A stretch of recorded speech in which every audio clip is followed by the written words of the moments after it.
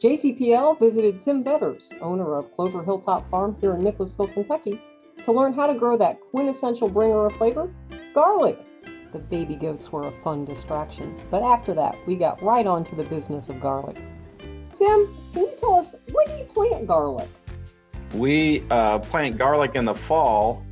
Usually we like to plant late October and at the latest early November here in Kentucky.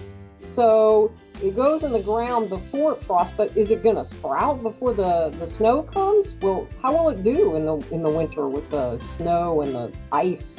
Well, you get a little bit of growth in the fall, then it doesn't really grow during the winter, but it just kind of sits there. It can freeze and be fine, but it'll start growing early in the spring. As soon as it starts warming up a little bit and the days start getting longer, you'll see it'll be one of the first things you see growing in the spring. Do you do anything special to protect it? Not really. We like to use straw mulch around it to keep the weeds out. Not so much protecting it from the cold, because here in Kentucky, even in the winter, if you have bare ground, you'll have weeds growing up, especially when it gets to be early spring. Okay. So what else do you do to prepare the soil bed for garlic? What kind of conditions does it like? Well, we like to work in a lot of organic matter in the form of compost. We tend to have heavy clay soil here. It's hard for the garlic to grow in the heavy clay. I like to build up enough compost and organic matter that the bulbs are actually forming mostly in that material. One reason is as the bulbs mature, if they're down in the heavy clay, they'll rot or get brown spots on them. So the compost kind of allows the soil not to be too wet. It drains better. So you plant each one of the individual cloves. Does each clove have an upside and a downside when you plant it? Yeah, exactly the way they come on the head. You can see the root end. There's a little kind of a nub on the end, or sometimes we just leave the little hairy root sticking out of the bottom. When you break the cloves off, that's the side that goes down, and the little pointed tip goes up. So you want to plant them in the correct direction when you stick them in the soil. And about how far apart and deep do you plant them? We go about 6 inches apart. You can go a little closer. If they're a little farther apart, you get bigger heads. And we plant them a couple inches deep. Okay. Are there different types of garlic, or is it all pretty much just garlic?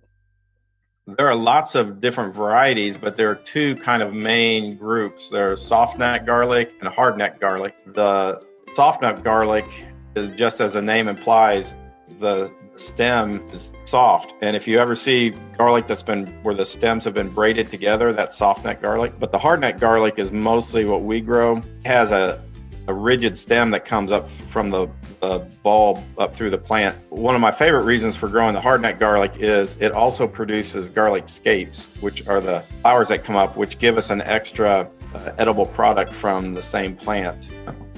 In spring, when they're starting to sprout, do you add any extra things in the way of fertilizer, and what about water? We don't add fertilizer. We do add, I forgot to mention, we do in the fall when we plant the garlic, we usually add some organic fertilizer then to the soil, but we don't add any extra fertilizer in the spring, and we don't use drip irrigation or any other kind of irrigation on it, because in the spring we typically have enough moisture here in Kentucky that we don't need to, especially when you have the straw mulch layer that keeps the moisture in the soil pretty well. When do you harvest? Typically it's in June for us, and we hope that we get a little bit of dry weather, maybe a couple weeks before harvest time, because it really helps the bulbs be prettier. When we're harvesting it, I look for the bottom leaves to start turning yellow. You don't want to wait till the whole plant dries up, because the cloves will start to kind of separate too much. So you pull up the whole plant, right? Just stems, bulbs, everything, it all kind of dig it all up together. Yes. If you have really, really loose soil, you can sometimes just pull them up.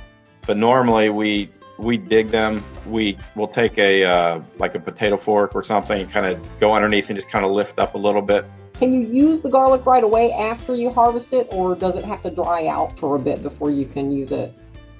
We want to dry it. So we leave the bulbs on the plants, and we tie them in bundles and hang them in our greenhouse, which at that point in the season has a shade cloth on it, so it's not in the full sun. we'll leave them hanging there until the plants dry, and then we trim the roots off, trim the stems off, and we'll store them in a dark, a little bit cooler place.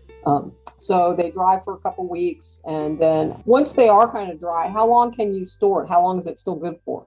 Sometimes it'll store till next summer, but a lot of it will kind of dry up. So we just kind of check it along the way. And so when you want to go to plant it again, you're just going to save some of those cloves from your other heads, and they'll be you can plant them again next year? Yeah, it takes the discipline to save the cloves instead of eating them. We always select after we harvest them and they've dried, we select nicest looking cloves. We always want to perpetuate the nicest looking plants so that it keeps our stock in good shape. Right. Well, that sounds like some excellent advice, and I feel able to go try growing some garlic now. Tim, thanks so much for talking with us and letting everybody know how an expert grows garlic. Well, thanks for having me. You're making me hungry thinking about garlic.